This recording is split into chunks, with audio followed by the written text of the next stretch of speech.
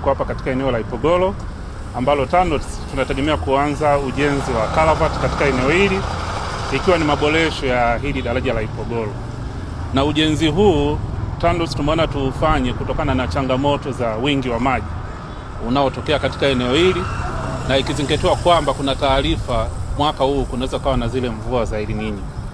Kwa hiyo tumeona tuanze ujenzi huu, na ujenzi ambao utakuwa ni wa kipindi cha miezi miwili.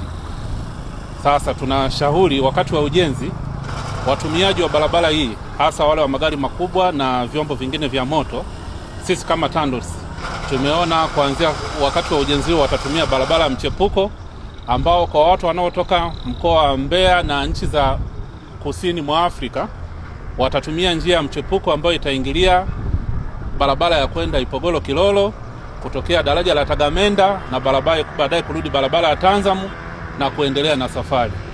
Vile vile watakaokuwa wanatoka Dar es Salaam nao wataingilia daraja la Tagamenda kupitia barabara ya Ipogolo Kilolo na kurudi barabara ya Tanzamu. Kwa wale watumiaji wa magari makubwa na vyombo vya moto ambao watakuwa wanaelekea mkoa wa Dodoma, itawalazimu nao vile vile kuingilia, wanaotoka Mbeya itawalazimu vile vile kuingilia njia panda ya barabara ya Ipogolo kutokea daraja la Tagamenda na kurudi barabara ya Tanzamu kuelekea Iringa na mikoa ya Dodoma na kuendelea.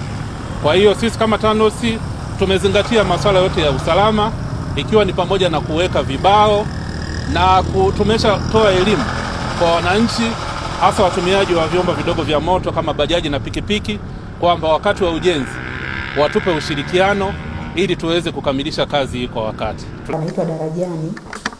Pale kuna changamoto wakati wa mvua zinapokuwa nyingi, maji huwa yanatuama na wakati mwingine yanavuka juu.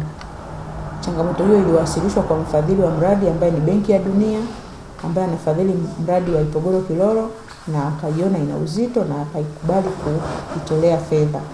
Kwa hiyo mkandarasi huyu ndo anayefanya hiyo kazi ya kuboresha miundombinu pale Ipogolo. Kwa sababu barabara tunayoifanyia maboresho ni barabara ya Tanzania, ni barabara kubwa inayohudumia nchi ya Tanzania, lakini pia inaunganisha bandari yetu na nchi za jirani. Kwa hiyo kufunga pale unaweza kuleta changamoto kama halitaeleweka vizuri na watumiaji wa barabara. Barabara itafungiwa kutoka Dar es Salaam, itafungwa eneo la Tagamenda pale, wataingia upande wa kushoto kama vile wanaelekea Ipogolo, lakini wanaelekea Kilolo, lakini mbele watarudi kuja kutokea Ipogolo. Lakini wanaotokea Mwanza, wanaotokea Mbeya, wakifika pale Ipogolo wataingia upande wa kulia na wenyewe wataenda kurudia Tagamenda kuendelea na safari kwenda Dar es Salaam.